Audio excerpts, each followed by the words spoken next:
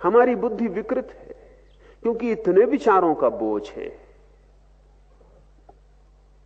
विचार ही विचार हैं, जैसे आकाश में बादल ही बादल छाए हो, आकाश खो जाए, दिखाई भी ना पड़े, सूर्य का कोई दर्शन ना हो, ऐसी हमारी बुद्धि है। विचार ही विचार छाए, उसमें वो जो बुद्धि की प्रतिभा है, जो आलोक है, वो खो गया, छिप गया।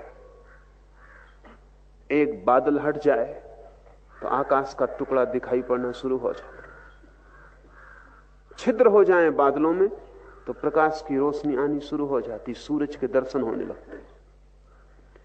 ठीक ऐसे ही बुद्धि जब तक विचार से बहुत ज्यादा आवृत है, और एक परत नहीं है विचार की, हजारों परतें हैं। जिससे कोई प्याज को छीलता चला जाए तो परत के भीतर परत, परत के भीतर परत। ठीक ऐसे विचार प्याज की तरह, एक विचार की परत को हटाएं दूसरी परत सामने आ जाती, दूसरे को हटाएं तीसरी आ जाती, एक विचार को हटाएं दूसरा विचार मौजूद, दूसरे को हटाएं तीसरा मौजूद। ये परत दर परत विचार है, ये हमने जन्मों में इकट्ठे किए, जन्मों जन्मों में। ये धूल है जो हमारी लंबी यात्रा में हमारे मन पे इकट्ठी हो गई। जिससे कोई यात्री रास्ते पे चले तो धूल इकट्ठी होती चली जाए, और उसने कभी स्नान न किया और यात्रा करता ही रहा हो, तो बहुत धूल इकट्ठी हो जाए, यात्री का पता ही न चले कि वो कहां खो गया।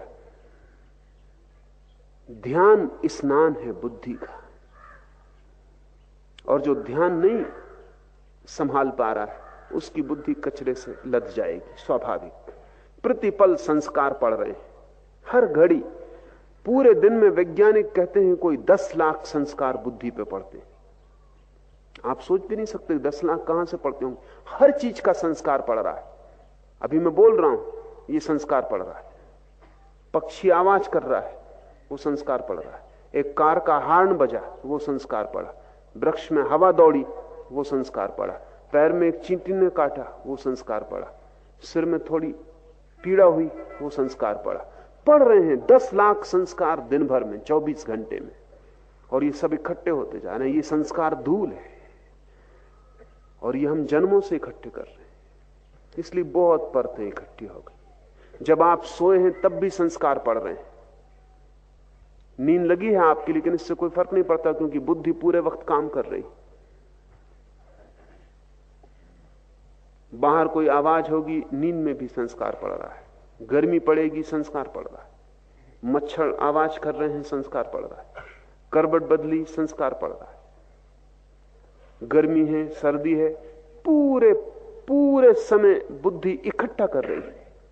हर चोट बुद्धि की क्षमता बहुत ज्यादा है। वैज्ञानिक कहते हैं कि अनंत संस्कार बुद्धि इकट्ठी कर सकती। आपके इस छोटे से सिर के भीतर कोई 7 करोड़ सेल है, और एक एक सेल अरबों संस्कार इकट्ठा कर सकता है। इसलिए कोई अंत नहीं। सारे दुनिया का जितना ज्ञान है वो एक आदमी की बुद्धि में समाया जा सकता है। ये जो इकट्ठी होती परतें हैं,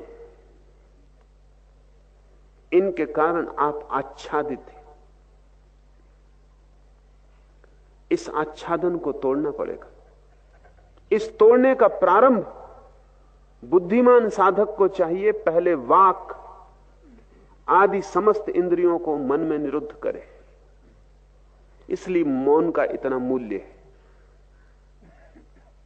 मौन का अर्थ है कि आप बाहर और भीतर बोलना बंद कर रहे हैं, क्योंकि बोलना बुद्धि की बड़ी गहरी प्रक्रिया है। बोलने के द्वारा बुद्धि बहुत कुछ इकट्ठा करती रहती है, और जो भी आप बोलते हैं वो आप सिर्फ बोलते नहीं हैं, बोला हुआ आप सुनते भी हैं। उसके संस्कार और सघन हो जाते हैं।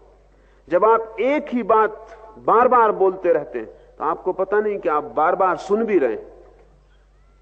संस्कार गहरे होते जा रहे हैं, और आप कचरा बोलते रहते हैं। सुबह अखबार पढ़ लिया, फिर दिन भर उसी को लोगों को बोले चले जा रहे हैं। कोई व्यर्थ की बात जिसका कोई भी मूल्य नहीं, जिससे किसी को कोई लाभ नहीं होगा, उसको आप बोले चले जा रहे हैं। अगर आप अपने 24 घंटे का विश्लेषण करें तो आप पाएंगे कि 99% तो कचरा था। जो आप न बोलते तो किसी का कोई हर्ज ना था। ध्यान रहे, जिसे बोलने से किसी को कोई लाभ नहीं हुआ है, उसे बोलने से हानि निश्चित हुई है। क्योंकि न केवल आपने दूसरे के मन में कचरा डाला है, जो कि हिंसा है, जिसका कोई मूल्य नहीं है, वह आप बोल के दूसरे के मन में डाल दिए। और जब आप बोल रहे थे तो आपने फिर से सुन लिया है, वह आपके भीतर दोबारा गहरा हो गया, उसकी फिर से संस्कार पड़ गया, फिर कंडीशनिंग हो गई। अगर आप एक असत्य को भी बार बार बोलते रहें तो आप खुद ही भूल जाएंगे कि वो असत्य है। इतने संस्कार भीतर पड़ जाएंगे कि वो लगने लगेगा सत्य। एडोल्फ हिटलर ने कहा है कि कोई भी असत्य को सत्य करना हो तो एक ही तरकीब है, उसे बोले चले जाओ। दूसरे ही मान लेंगे ऐसा नहीं है, आप खुद भी मान लेंगे। आप अपनी जिंदगी में देखें, कई असत्य आपको सत्य मालूम पड़ने लगे, क्योंकि आप इतने दिन से बोल रहे हैं कि अब आपको भी स्मरण नहीं रहा कि पहले दिन ये बात असत्य थी। बहुत बार संस्कार पड़ जाने से गहरे हो जाते, लीक बन जाती। पहला काम है साधक के लिए कि वो वाणी को संयत कर ले, वही बोले जो बिल्कुल अनिवार्य हो, अपरिहार्य हो, जिसके बिना चल ही ना सकेगा। ये दुनिया बड़ी शांत हो जाए अगर लोग अपरिहार्य को बोले, व्यर्थ को ना बोले। व्यर्थ को बोल के बड़ी झंझट में पड़ते हैं, क्योंकि बोल के आप ही थोड़ी बोलते हैं, दूसरा जवाब भी देगा। थोड़ा आप सोचें कि अगर आप संयत रहे होते, मौन रहे होते, तो कितने उपद्रव आपके जीवन से बच गए होते। बोल के आप न मालूम कितने उपद्रवों में पड़ रहे हैं, फिर उनको बचाने के लिए और बोलना पड़ता है, फिर ये सिलसिला बढ़ता चला जाता है। एक विशियस सर्किल, एक दुष्ट चक्र है जिसका फिर कोई अंत नहीं। इसलिए साधु चुप हो जाता है, उतना ही बोलता है जितना अनिवार्य है, और उतना ही बोलता है जिससे किसी का हित हो सकेगा, अन्यथा मौन रह जाता है। वाणी को जब आप बाहर से रोकेंगे तो भी जरूरी नहीं कि भीतर रुक जाए, क्योंकि आप दूसरे से न बोलें तो खुद से बोलते रहते। बैठे हैं, खुद ही से बात चल रही। ये खुद ही से चलने वाली बात भी संस्कार निर्मित करती है, क्योंकि जब आप अपने से बोल रहे हैं तब भी मन सुन रहा है, और जो भी आप बोल रहे हैं उसकी आप लकीर जोर से खोद रहे हैं अपने भीतर। खुद से भी बोलना बंद करें। वाणी बड़ा उपद्रव है, जरूरी नहीं है कि उपद्रव ही हो, हमने उपद्रव बना लिया है। भीतर भी धीरे धीरे बोलना बंद करें, चुप्पी साधें, मौन को फैलने दें।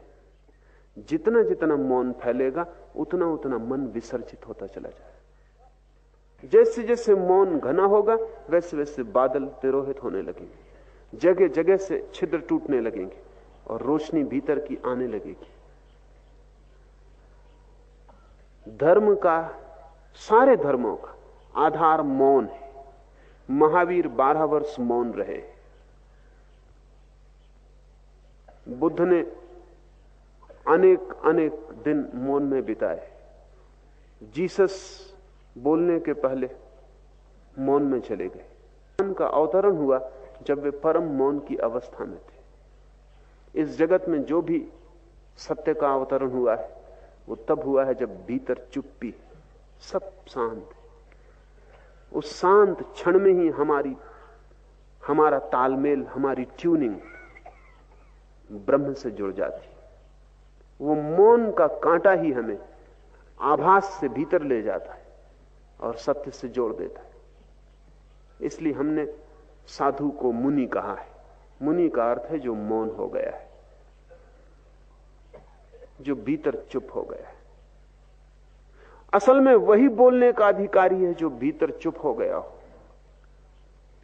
क्योंकि उसके बोलने का कुछ मूल्य होगा, क्योंकि बोलने का अर्थ होगा उसने कुछ जाना है जिसे वो दे रहा है।